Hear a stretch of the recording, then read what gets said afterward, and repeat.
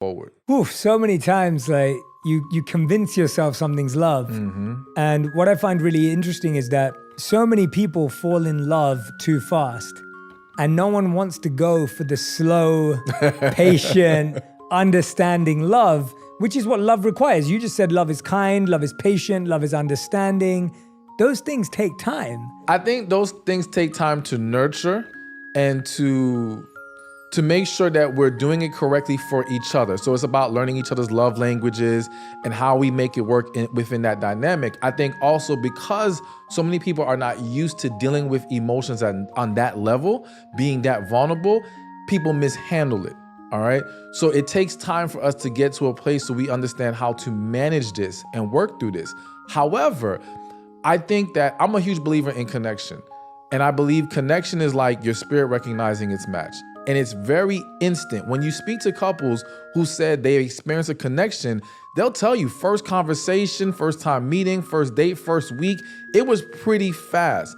So to me, the recognizing of something deeper being here can happen very quickly.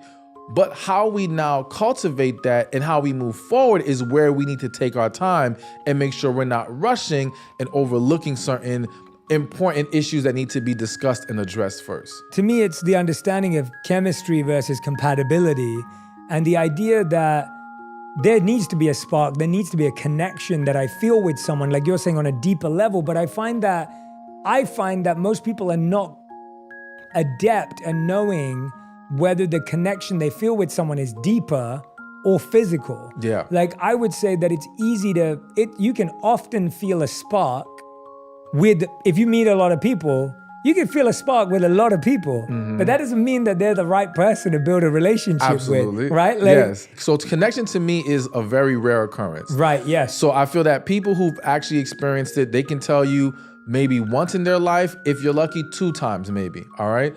But it's not this thing that happens with everybody. Whereas chemistry, feeling a spark, these things can happen with a lot of different people. Yes. So I do think there's this education that's needed to understand how we differentiate these things so that we don't confuse them. Because I see a lot of people take that chemistry and think, oh, this is it. This is the one. And it's like, but you had chemistry with the last 5 people. Why is this one the one and not them? So I do think we have to be careful with that. Yeah, I think so. So we're on the same page. There's 3 things. There's connection on the deeper level. There's chemistry, which is like the spark on a more superficial level. And then there's compatibility, which is like what makes it last. And I can relate to that. With my wife, I definitely felt, so I'm one of those people who I kind of knew from the first few moments when I met my